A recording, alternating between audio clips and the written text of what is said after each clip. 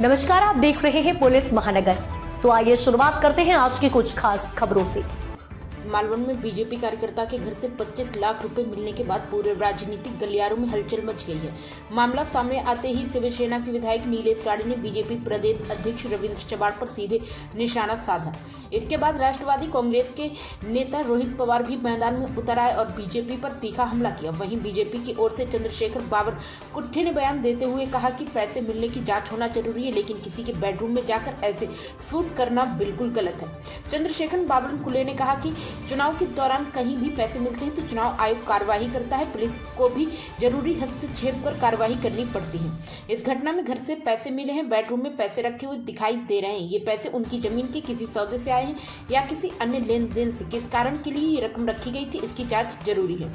उन्होंने कहा चुनाव के समय पर अगर कोई पैसे बांटते हुए पकड़ा जाता है तो चुनाव आयोग तुरंत कार्रवाई करता है, लेकिन यहाँ पैसा घर में मिला है, इसलिए इसकी जांच होनी चाहिए। जो भी सच होगा उसकी तहकीकात की जानी चाहिए। गलत पैसा होगा तो कार्रवाई जरूरी है। अगर गलत व्यवहार होंगे तो पुलिस और चुनाव आयोग दोनों कार्रवाई करेंगे।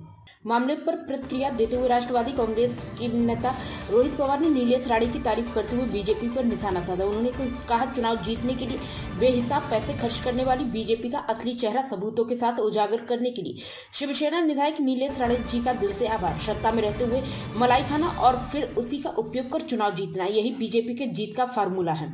उन्होंने आरोप लगाते हुए कहा कि जैसे ही रविंद्र चव्हाण मालवाड़ आए उसी दिन से पैसे बांटने की प्रक्रिया शुरू हो गई। क्या चुनाव पैसे बांट कर लड़ना है?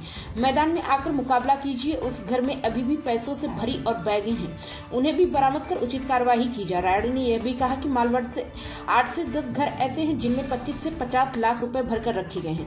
उन्होंने आगे कहा कि वे चुनाव आयोग और पुलिस के पास जाकर जानकारी मांगेंगे कि अब तक क्या कार्यवाही हुई।